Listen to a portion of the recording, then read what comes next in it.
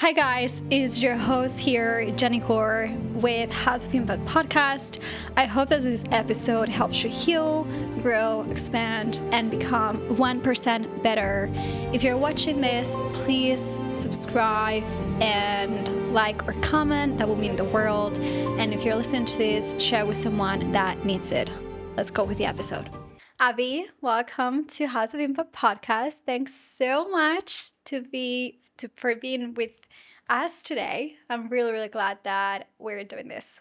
Thank you so much for inviting me. I'm excited to catch up and chat. Of course. I think for me, the way I found you, it was kind of a godsend because I saw one of your videos that you said you had leukemia when you were 11 years old, and it was very bad, and that you made it, and obviously such a beautiful human being inside out. You went from being diagnosed with leukemia stage 4, I think, when you were 11 years old, and you were literally fighting for your life until you were 16 to have built a 7-figure business, travel the world, and living the life of your dreams. How do you go about life since that happened? It's such a good question because it changes every time, but I think that since it's happened, it's made me appreciate life so much. Like, for me, my motto is life is short. Given that through my treatment, I nearly lost my life. I think it was about 3 or 4 times. So I had lots of things go wrong in my treatment, like near death point. So when I kind of saw the light and came to the end of my treatment and I started to get better, from that day onwards, it was like, right, I want to live life to the fullest. I don't want to waste any opportunities.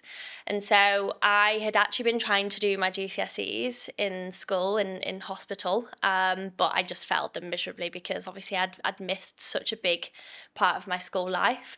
So then I decided to leave school. I was like, right, I don't want to go through education. It's not my thing. I just want to have opportunities, see the world, talk to people, because I've obviously been trapped in what I'd say, looking at the same 4 walls in a hospital bed for a really long period of time. So now I'm just I say yes to every opportunity that feels right intuitively. I just want to live life to the fullest and say yes to every opportunity.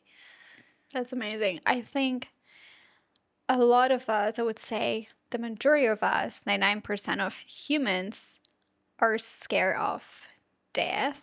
And you literally were given a diagnosis that it was you could make it, but it was not likely that you would make it at 11 years old, where you're supposed to just enjoy life, eat gummies and go play with your friends, and just be a kid. And you didn't have that. And so you were just staring at the face of, okay, I might not make it. How is it an 11-year-old supposed to handle that? Because you fought for your life and you're not here, and it's just so beautiful to see. But what got you at 11 years old through that experience? I feel like at that age, it puts you into either a really good state or a bad state. And I was so fortunate that I had a really positive dad. I would say, if somebody says who's your hero, I always say my dad. And it's because he had a particular outlook. My dad had been through a lot in his own life. And he just had this certain outlook that really kept me going throughout my treatment. And he used to say something to me, which has always stuck with me. He was I remember one time, so I had to have basically a 18-hour operation after my treatment because it caused scoliosis, my spine to curve like an S. And so I had to have big surgery, and it was extremely painful. And I remember him saying I was in a lot of pain after I had got out of the theatre, and he was like, Abs, if you really just sit into things, you don't have to feel the pain. You can really tune into it and just focus on other things. And so his positive outlook really drove me to see the bigger picture in life, not to focus on the negative or what I was feeling in my body. I'm really, really fortunate for my family. Like, we'd do amazing things. We'd go on trips. Even the charities, they were so great. So you probably heard of Make-A-Wish. They're like a really big foundation. Yeah. They used to take all the kids who had cancer on these trips. And I remember one trip in particular, it was Lapland.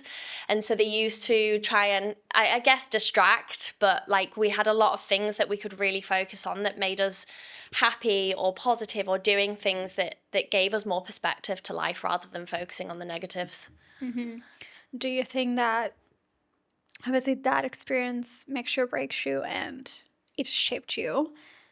How do you think that you see the things in life like getting a job, working a relationship, or getting fired at a job, going through a breakup, or losing friendships?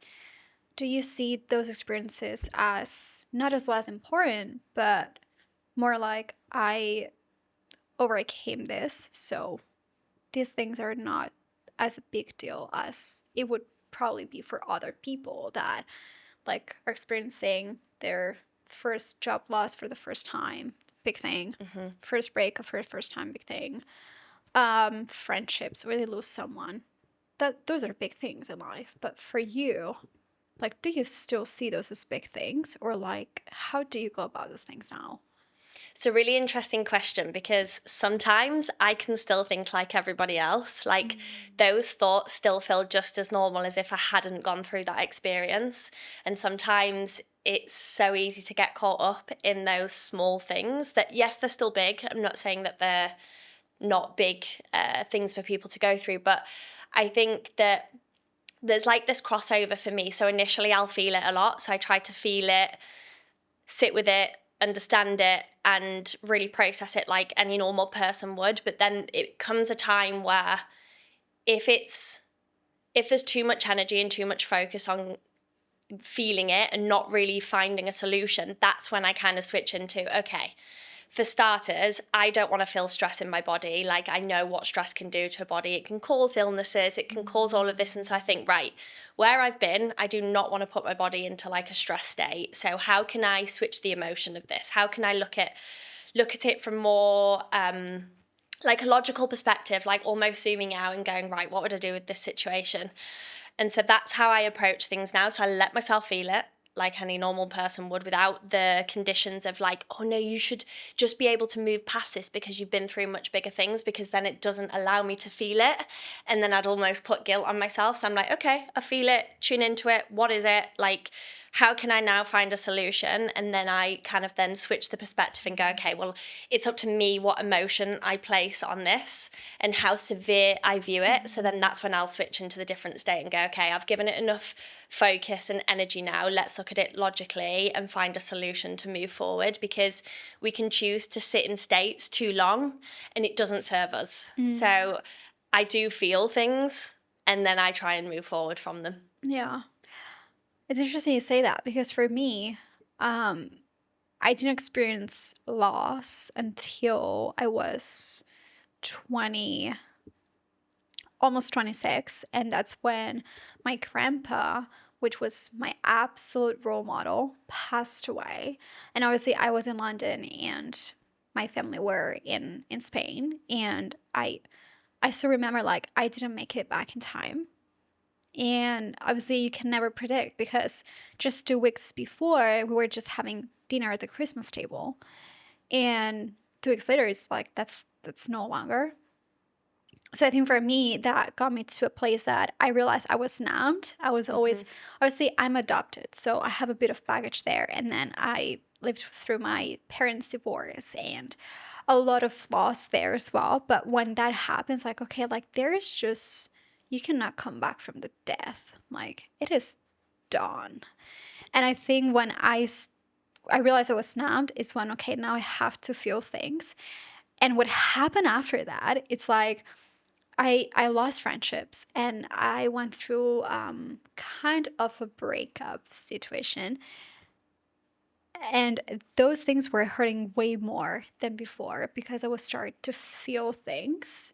And I'm like, okay, now I do not just feel these things, but as long as we're not dead, we will be fine, right? Because we always like come back from all this stuff. But when you have given that diagnosis, like, you're just like, okay, what's next? Like, there's nothing else. It's just you either make it or you make it, right? Mm-hmm. So I think how you go about life now, it's very, very interesting, and how you feel the things and you align yourself to feel those things. Were you even conscious at that point of what was happening around you? I don't think I was, to be honest. If I look at, I've been on quite a big self-development, or let's say spiritual journey over the last kind of year and a half. And when I've been doing the work, or whether it's been therapy or spiritual involvement, I really understood that actually I used to suppress a lot. And so I used to block out the feelings because my body was used to blocking out pain. And so my way to deal with things and process was like, oh, I don't have to feel that pain. Oh, I don't have to feel that emotion. And so I learned to almost self-soothe and self-regulate, but in the wrong way. And so, yes, it's done me good sometimes, but it's not always served me, because we should allow ourselves to feel things so that we can process it. So I would say that I really had to start learning to process things, feel it, and really go into it and understand it, and like sit with it. And how does it feel in my body? Like, how does it make me feel? How does it affect me? Why does it affect me like that? Or why does it trigger me like that? And really feel it so that I can process it and move on. Because at that age, I just think from sort of 11 to kind of 16 is like a bit of a blur moment. Like when I'm doing, like, whether it's work with a therapist or whoever it might be, it's like I have to really dig into the memories, and they're like, oh, so what happened then? I'm like, I have to really, really go in and feel it, because I think our bodies learn to process trauma and like block it out. So I don't think I was conscious, to answer your question. And it's been such a huge journey in the last year and a half, really starting to feel things and process things from childhood. And it's been such a transformative journey, like really transformative. Are you scared that you might have to go through that again? This is such a good question, because this question, when times feel stressful, it actually crosses my mind. And my answer to this is, if I was to go through it again, I would welcome the opportunity and I would do it differently. So I wouldn't go through chemotherapy. So I would do a completely natural way of healing. So I'd probably try and find like specialist people around the world who heal bodies or cancers through like breath work or like herbs and like natural medicines. And I would document everything to help other people go through this process, because I always wondered what it would be like to go through leukemia as an adult compared to a child. And I actually probably imagine it to be a little bit, I don't know whether it'd be harder or easier, because you're more consciously aware of things when you're an adult. But I just think that if I happened to get it again, I would do things completely different, and I'd want it to be an opportunity to help other people who are going through the same thing, and feel like there is like a community of people that can go through that journey together. This is so interesting you said that, because not long ago I did a full blood panel test, and the guy that I just hired, like a health coach, I was not gonna go through conventional medicine again. And he said, It's so interesting. I can only see by your blood how stressed you are."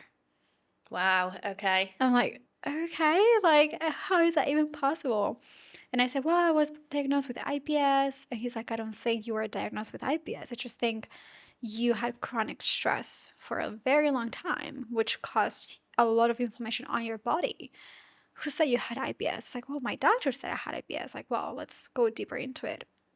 So now the way I'm healing my face, like, again, breath work and slowing down. And there's also something that I realized yesterday. So obviously, like, I'm Christian, and I went to church yesterday, and the pastor said something that really, really, like, resonated with me, which was, "Don't live rushed, but live ready." And it just made me realize, especially having a business, which we'll talk about it now, how much I went through life rushed instead of like, oh, like I have to like get these clients this thing, and I have to like go with my friends, and I have to make sure my family's okay, and I have to make sure that I'm okay. And I was just rushing everywhere. And I'm like, I was brushing my teeth at the same time I was doing my hair, and like, just stop and pause.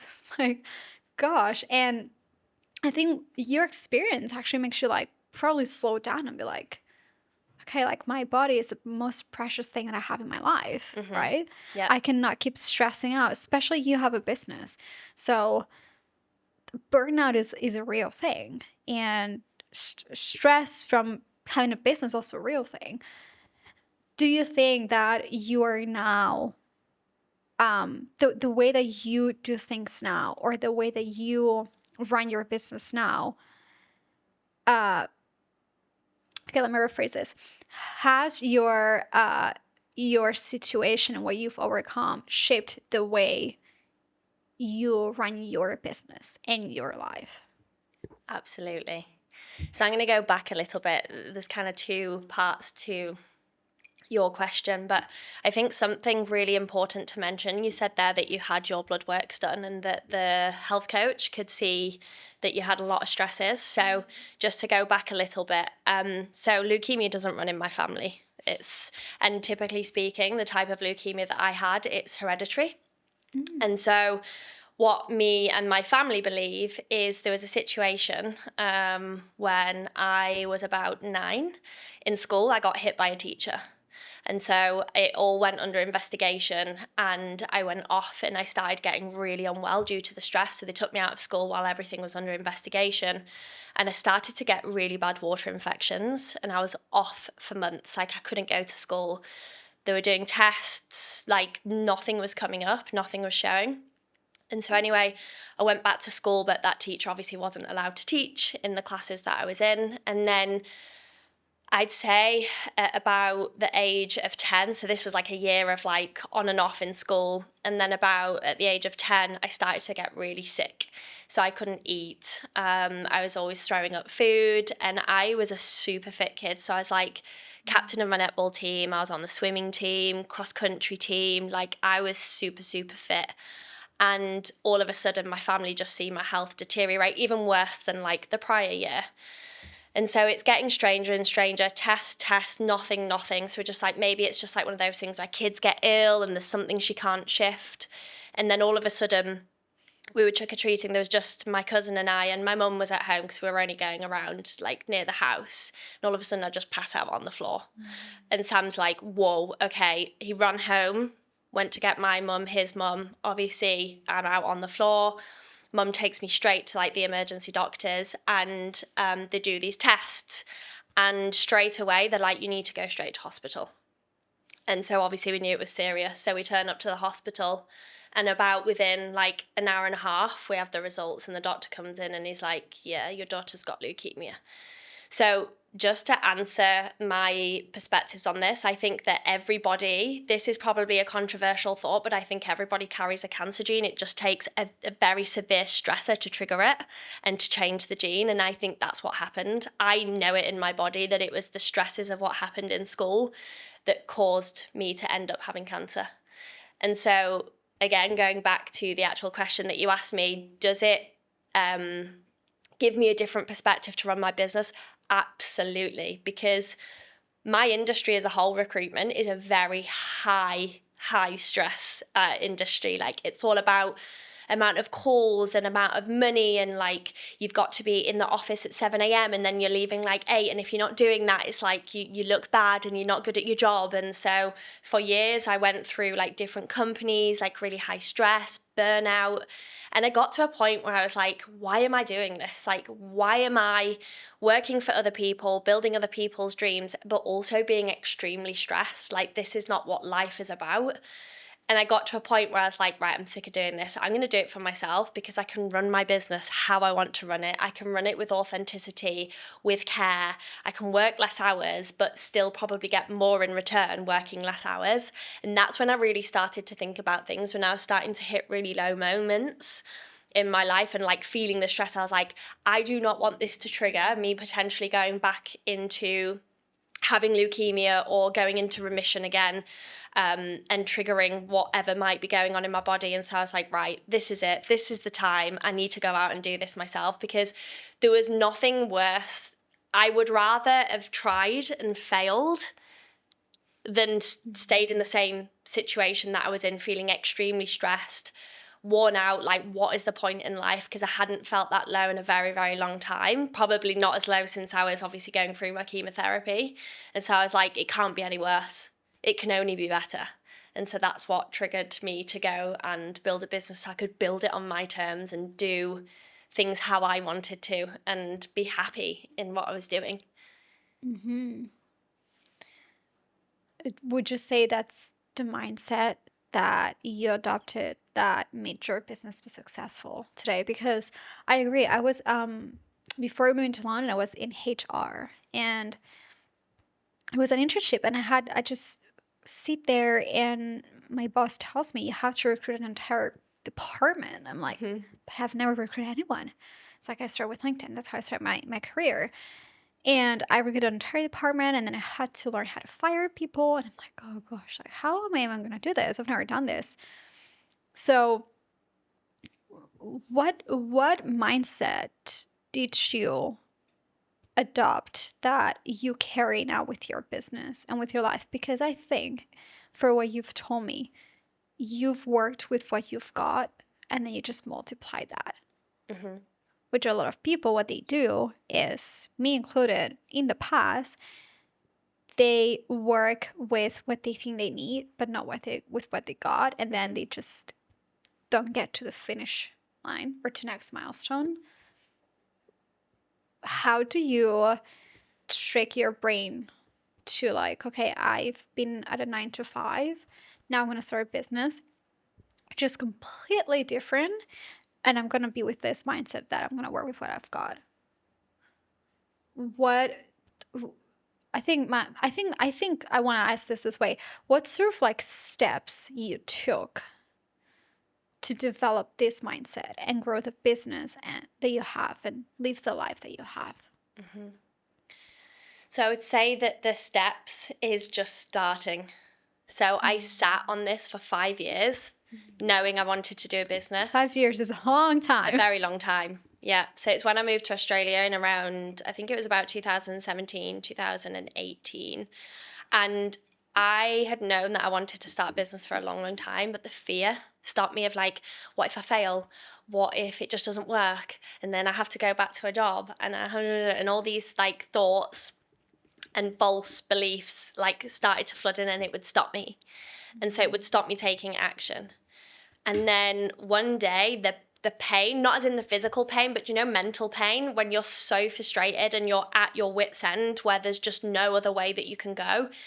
It was when I was really at my wit's end in so much pain, like, it can't be any worse than this. And that really drove me to take action. And I was like, what is the worst that can happen? I try it and I fail and I go back to a job. And so what? And so it's really just failing forward. I don't believe in failures. Like, I believe in you try. And if it doesn't work out, it's a redirection, because that's not the direction you're supposed to be going in. Failure is an illusion, so is success. Like it's an illusion. For literally. Sure. Yeah. Success doesn't look like this to me. It looks like all these like squiggly lines in different directions, and you go forward 7 and you come back 2, and that to me is real success, when you go through the trials and the tribulations and you move forward and then you go a little bit back because there's some readjusting that you need to do or something you missed, and then you move forward. But for me, I was just like, okay, I've had enough of being in frustration. What is the worst that can happen? So starting is just say yes. What is the worst that can happen? Just start, whether it's making a plan, whether it's figuring out what business you want to do or a business plan. Just start something so you've got something in front of you. And then for me, it's small actions every single day. Don't almost go crazy for 2 weeks and then you're like, oh, okay, now I'm done. Like, you need to do small, consistent daily actions over time that compound and make a huge effect. Like, it's actually crazy what you can do within the space of 1 month. If you are consistently focusing on something every single day, it's crazy how much further forward you are within like a month. So it's, again, consistent action, knowing kind of what direction you're going in. Like, it doesn't have to be so specific. If that's how you work, great. But for me, it's not. Like, sometimes if I'm too specific, I put pressure on myself to almost hit every specific that I've wrote down. And then I feel like I put this guilt on myself. Yeah. But as long as I can feel it and I can see it, that's what drives me forward. So as long as I have a vision and I know how I want to feel when I'm like in a month's time or in a year's time, what does it look like? How does it feel? Really embodying that and almost living to that each time that I'm carrying it out, and just love what you do, have fun with it. Like, don't take yourself seriously. Like, that's the biggest piece of advice. Like, the amount of times that I laugh at myself and I mess up and I'm like, oh well, like, I've just learned from something. Like, just don't take it seriously, have fun with it, and just keep going every single day. Just put some effort into what you want to build for yourself. That's a very, very good kick in the butt. um, how did you because obviously after everything that happened and now you go and you know you live your life in your own terms, that also takes a lot of identity work. Like, who am I? Like, what do I want? How do I want to work? How how do you go about reinventing yourself and working on who you are instead of how many hours you work, how many clients you signed, and all these things that we've been told, especially women, that we need to do to we need to perform, when in reality we just need to be and exist. Yeah. So for me, to go on the path of kind of self-discovery of like, who am I? What do I want? What am I aiming for? It really just comes with time. Like, this is the one thing I want to say to everybody is, don't put stresses to have this perfect image painted, because I'm 30 now. It's taken me to the age of 30 to really shape and know exactly what I want, how I want to feel, who do I want in my life, where do I want my businesses to be. Like, it takes time. Some people might have it figured out at 26, and hey, that's okay. I'm really, really happy. If it takes longer, I really dislike this whole like, oh, your life should look like this by the time you're 30. You should have a house, you should have kids, blah, blah, blah, blah, blah. Like, everybody's different. For me, that's not where I see my life going right now. I have different driving forces and different places that I want to go first before I have children, get married.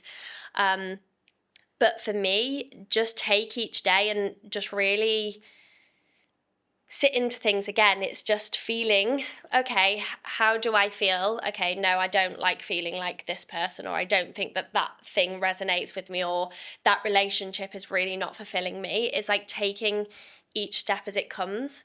And I just think, again, be very, very conscious in your thoughts. Like, how does it feel? And start to write down like the things that you do want, if you have that. But again, sometimes a lot of people are like, well, I don't know. So how do I know what to put on a piece of paper if I don't even And know who I want it's to okay be? to not know. You'll Yeah. figure it out. Like, there's always a way. Like, I Yeah. didn't know. And I used to get really frustrated at myself because I'd be like, everybody else has it figured out. Everybody else knows where they're going and I don't. And I was like, okay, like, doesn't matter. I'm just going to go with the flow. And I literally go with the intuitive pull. If I want to go to Mexico, okay, why do I want to go to Mexico? But let's explore it. Go to Mexico. Oh, I want to go to Thailand now. Oh, let's go to Thailand. Like, I just go with the flow and I allow things to come up. And the answer always comes to me, because I am releasing the pressure, I'm releasing the control of thinking that I need to have things figured out. As soon as I release the pressure and I release control, the answers just come to me. Like, I almost don't have to write things down, because it just comes and it's like, okay, that's what I want my business to look like. That's how I want my relationship to look like. And so the answers just came to me, rather than me trying to sit down and go, oh, this is how I want it to be. And because that just didn't work for me personally. I feel like I've always been the kid that knows what she wants, but obviously until you're not in the situation, you don't know. Like I always thought like, oh, um I want to have a seven-figure business. In the previous business that I was doing coaching. It's like I want to have a 6 to 7 figure business there. I already had 6 figure business. Like, okay, let's go for 7 figures. And then I just realized that when I lost all my clients and when I lost everything, I was like, okay, like what's left? Because, and I think women more than men do this massive mistake of attaching who we are to numbers, to material things, to tangible things, to, for example, if I was not working 9 hours, like every single day of the week, I was just beating myself up. I'm like, Jenny, like, obviously I was living in London back then. It's like, what are you doing? You should be working.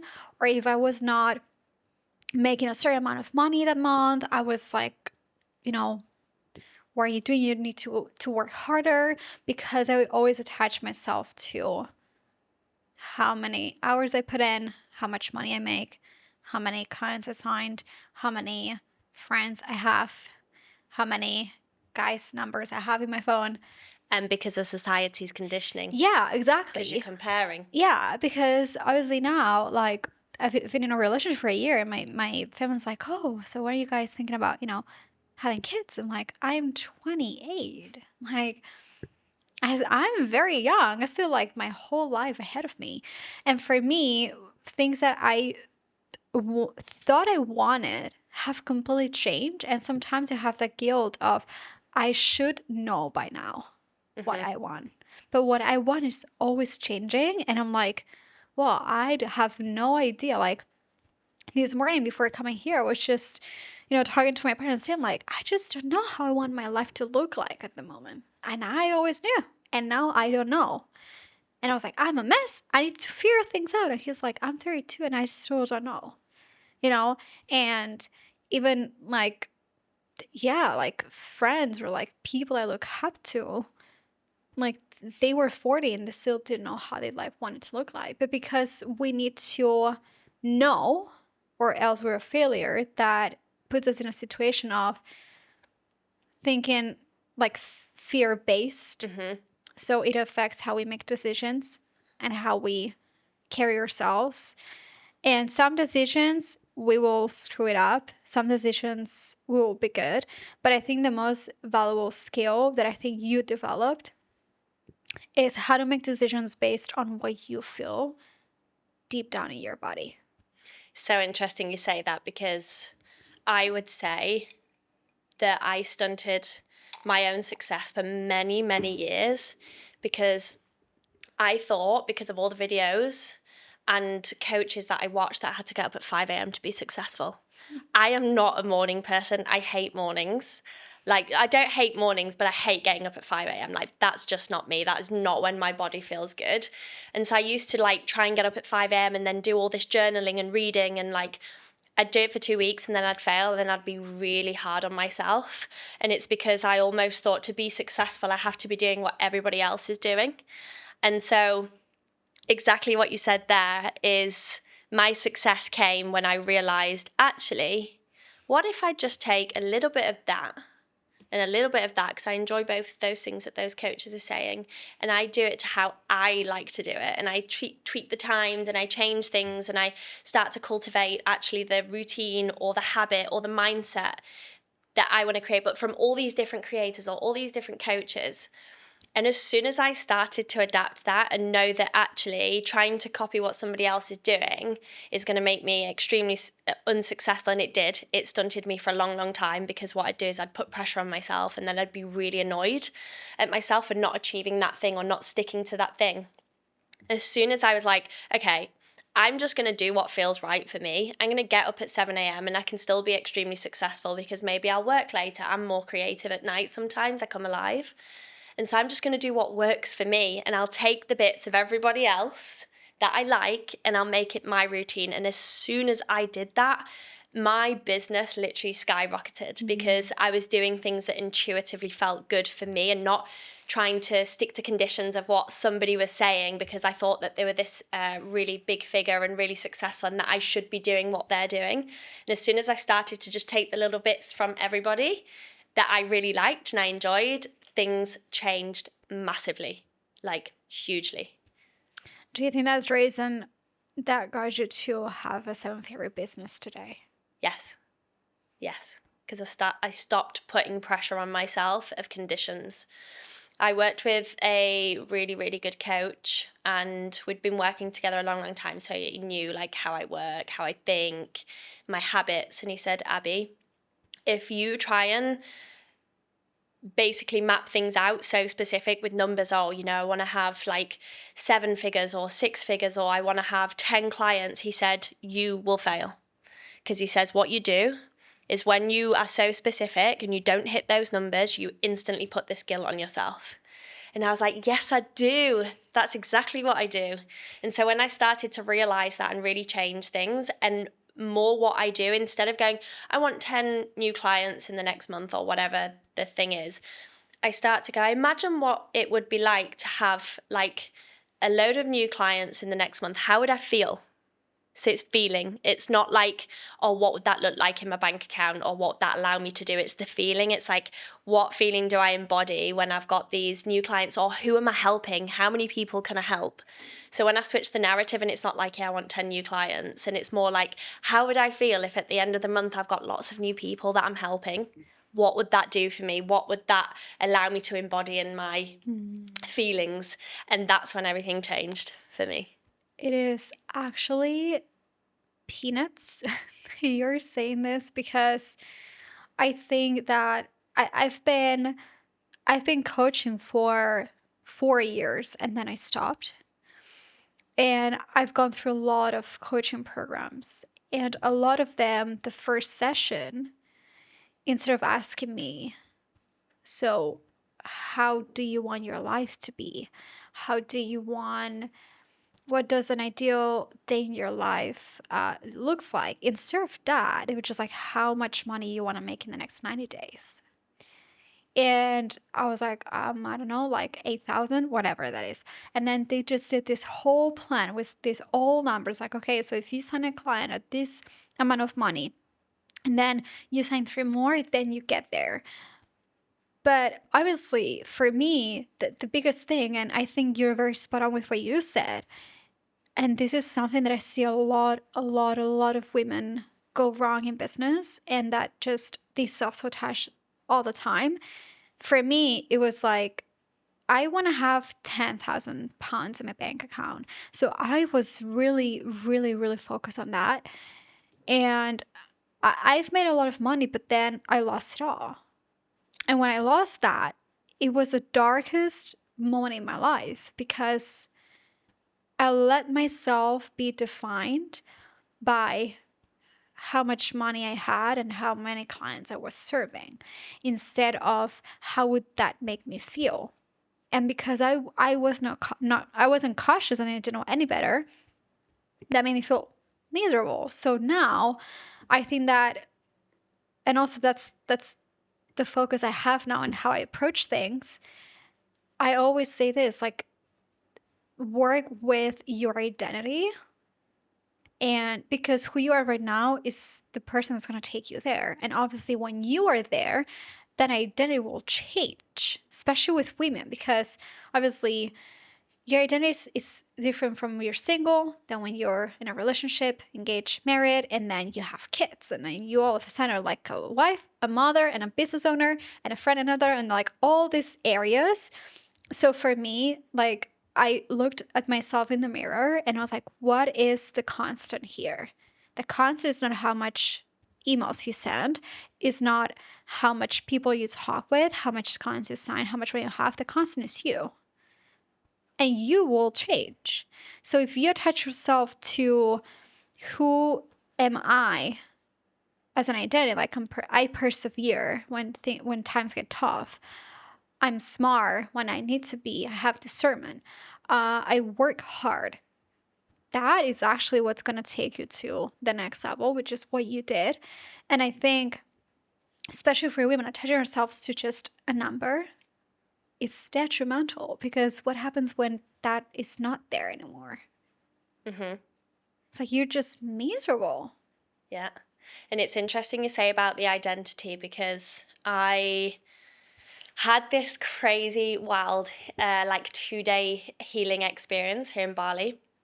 She is an amazing, incredibly talented tattoo artist, but she's been a psychologist for many, many years. And so part of the work that she does, it's almost called like a trigger tattoo. So you look at the tattoo and it's all from the healing session and everything that we went through in 2 days. And I have never been to these deepest levels ever in my entire life than what we went through in that 2-day period. And it was literally constant, like the entire day for 2 days back to back. And one huge thing that I took from that, and this is why it says balance here, is I thought that I had to be in one state all the time throughout that day. Like my identity had to be this strong businesswoman. I didn't think that, oh, do you know, I could actually feel a little bit playful, or I could feel really strong and feel like I need to go to the gym, or I feel like today I just want to be soft and in my feminine era, and whatever it is. And I really tried to control the state and the identity that I put on myself, like through each day. And the one thing that I learned is actually throughout the day, we have multiple identities, multiple. 1 minute, we might be happy and in laughter. And then the next minute, we might be business driven. And then the next, we might be playful. And then the next, we might be like feeling really strong and like we want to go to the gym. And actually, throughout our entire day, we should allow all of those different identities to come into play, because that's almost allowing your inner child to feel things, to go through the balance of life, because that is how we should be living, not, I guess, in like one single identity. And that's the biggest thing that I took is, if I get this feeling that I want to go to the gym, obviously there is, I'm not saying like I'm just going to drop all my business stuff and go to the gym. Like I have an agreement. It's like, okay, well, if I do 2 hours of business, I'm going to go do that thing that I know is going to make me feel good, because my inner child wants to be strong and she wants to go to the gym, or she wants to go play in the sand in the sea.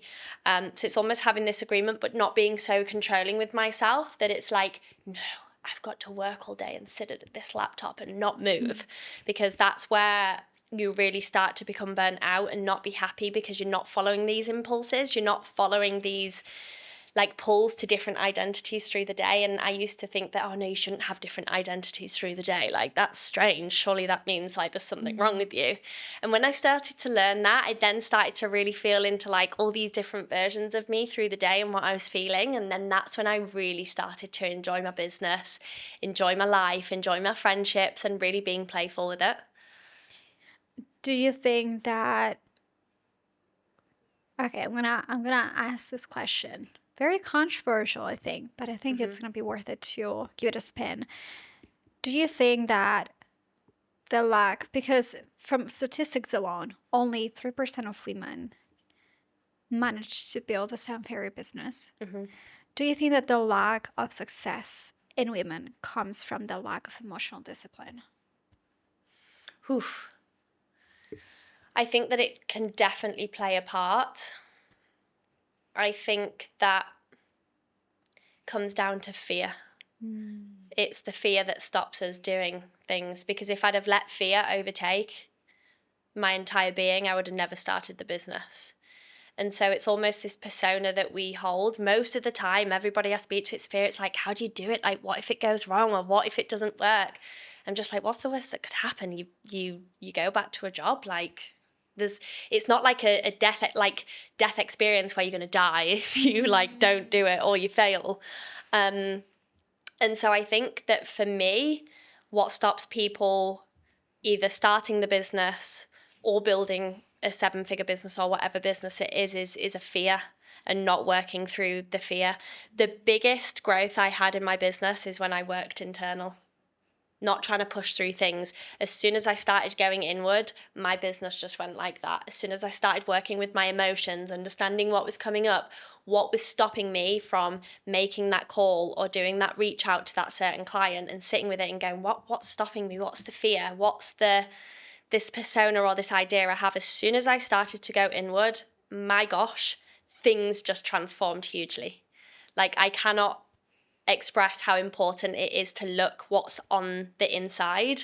What's the thing that's stopping you? What's the fear? What image do you hold of yourself? Do you think you're worthy to build that business? Because that's another thing, right? Is if you have a lack, like a mindset that's full of lack, not like opportunity, you are going to stop your success. Or do you even think you're worthy of it? If you don't think you're worthy to go off and build this amazing 7-figure business, you're not going to do it.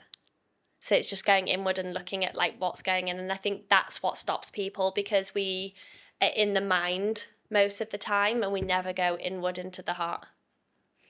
And also, I think like what I've learned about fear and about leaps and about transformation, all this stuff, is that even if you lose all your clients, even if the house goes on fire,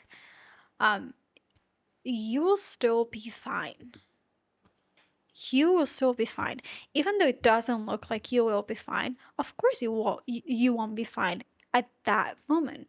But then if you take a look at the grand scheme of things, like you will be fine. Like I think for me that's also what helped me a lot when it comes to making decisions or when it comes to fear, especially with business. Like this podcast has been a project that I have been wanting to do for the past 5 years, but I was scared because like, what am I going to talk about? What type of lessons will I even be able to like share with people? What type of people will I be able to like attract into a podcast, right? But obviously, then I went through like a lot of trials and tribulations to get me here. And if I wouldn't have gone through that, what would I even talk about in this podcast? How would I even help people to not do good, but do great? Mm-hmm. Because even if you're like, yeah, like about to pee your pants, you will still be fine. Like for me, that's also what has helped me, especially moments of fear or like, and also if you think about fear, then you attract fear into your life. Like when I had my business, my coaching business, if I would have it again, which probably will at some point, I would go completely different because every time I was signing a client, I was super scared that they were just gonna ask for a refund or they were just gonna like leave me like the next month. And guess what happens at some point? That's like a self-fulfilling prophecy and it turns in reality. So I think fear, so I said lack, but also the way I've learned to look at it is what part of myself am I abandoning? Because if that hole was full, there's no space for fear to get in there. But obviously, if there's a part of you that you're just not like literally abandoning, it's like, okay, like it's like food for fear. You will have more fear, and that will just ultimately stop you. And it's not a nice way to do it. And I think you going into business and like turning your life around the way you did is so beautiful to see, but also like it's so even more beautiful to see that you're just whatever comes my way, I'm gonna breathe in and breathe out and I'll be fine because I'll figure it out. Because I always got myself, so I'll figure it out. So I think that is probably a lesson of bravery and courage. And because a lot of people say, oh, I'm courageous. Like, okay, but whenever shit hits the fan, are you courageous or are you not? And I think you are that lesson. So, yeah, I want to wrap this up, but by asking you one last question. Mm-hmm. There might be some people struggling that are watching this podcast in any area of their lives. What would be your message to them? Mm-hmm. Good question. So I think that struggle just is highlighting what's going on within. Again, I know that I keep saying go within, but I think that it's an opportunity to look at the deeper meaning of things, not suppress and just go to the external, because a lot of us, when we're struggling, we can go into blame, or we can essentially project what's going on inside, rather than looking at us and going, okay, what is the struggle? Why am I struggling? What is this feeling? What is the thought? And really just sitting with it, like, because I had such a bad habit of suppressing. So if I was ever struggling, I'd be like, oh, cool, I'll just go on a trip to some nice country and I'll feel better. And then that would quickly wear off and it'd go back to the feelings of struggling. Or I'll buy this handbag and I'll feel better. And for about 10 minutes, I'll feel better. And then the struggle and the stress just comes up. And so again, is just understand, what is it? Okay, what's the stress? Okay, it's this. Okay, why is that stress there? Where does that come from? Is there something that's triggering it, something that's causing it? Sit with it, understand it fully. Why is it there? Why is it happening? And this will allow you to find almost like paths or solutions to really deal with that struggle. The worst thing that you can do is just suppress it and push it away and try and pretend that it's not there. Pretending like and saying, I'm okay, I'm fine, I'm fine. No, you're not fine. That won't ever help you work through it. You're just suppressing the feeling, and it will only get louder and louder and louder until you deal with it. You know, like sometimes you hear of like people being in car crashes, and for me, it's actually a big sign of like you've not listened. The universe or the higher power has been trying to give you signs and you're ignoring it. So we're going to make it extremely loud until you deal with this thing that's going on internally. You can change countries, but you're not gonna, like, your demons will still follow you until like you face them. Here's an interesting thing that you said then. You could change countries, but it won't make you happy. And that was something I kept doing. I was like, oh no, I don't like it in Thailand. It just doesn't feel right here. I'd go to a new country. Oh no, this isn't the right place. Where all along it was because I wasn't settled within myself. I wasn't happy with what was going on in here. You can make any home, any place, home if you're settled within here, because what you reflect in here reflects in your outer world. So I think that for anyone going through stresses and struggles, understand it. What is it? Try and really come up with like some sort of solution. Maybe ask friends, speak to friends, talk to them about it, get their perspectives, and just really start to process it so you can actually come up with solutions and to move forward from whatever the stress or struggle is. That was brilliant. Thanks so much, Abby, for being with us today. It's been really, really nice to have you on the podcast. And for whoever wants to follow you on Instagram, we'll just leave it down below. And we hope to see you again soon, maybe in a year from now, do another pod and be like, okay, I have an 8-figure business now. So thanks so much for being on Thank you for having me. It was great. Hi guys, it's your host here, Jenny Core. If you made it this far, I hope that this episode has helped you heal, grow, expand in some way. It would mean the world if you can subscribe, like, and comment, because it's gonna help the podcast grow massively. Your support means the world to me and to my team. And we're just gonna bring you better content, bigger guests. So please just support the podcast if you can. And if you think this is gonna help someone, please share it with them. I'll see you next Thursday.